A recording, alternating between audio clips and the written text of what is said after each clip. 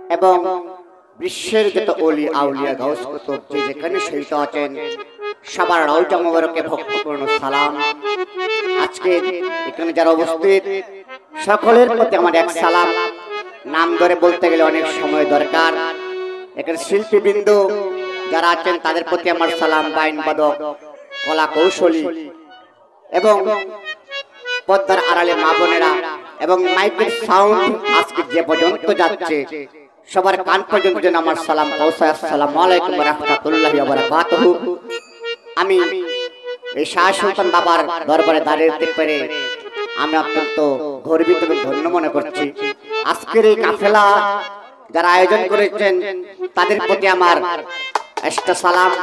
তাদেরকে যেন আল্লাহ পাক কাল হাসরের ময়দানে তার আরশের নিচে শান্তির ছায়া দেয়। আজকের এই জিন্দাল শাহ বাবার ভক্তদেরকে যেন আল্লাহ বিনা হিসাব জান্নাত নসিব করেন এবং জিন্দাল শাহ বাবার দিদার জন্য তাদের কপালে অন্তরে নসিব হয়। আমি অন্তর থেকে তাদেরকে দোয়া করছি। আমার জন্য সবাই দোয়া করবেন। আমি অদম মামুন সরকার দাঁড়িয়েছে। আমার কথায় সুরে চন্দ্রে ভুল ত্রুটি হতেই পারে, মানুষ মাত্রই ভুল হয়। সবার প্রতি আমার আবার সালাম। আসসালামু আলাইকুম।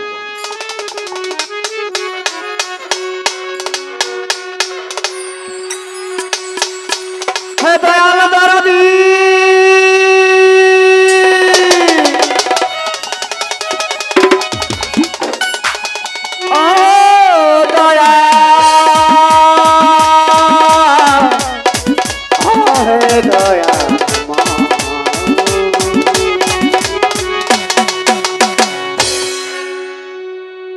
তুমি হৃদয় করিতে যাব, তুমি হৃদয় থাকো হৃদয় জাগো, হৃদয় মাকো প্রেম তোমার। আমার হৃদয় ছেড়ে আর কোথাও যেও না গো সুলতান বাবা।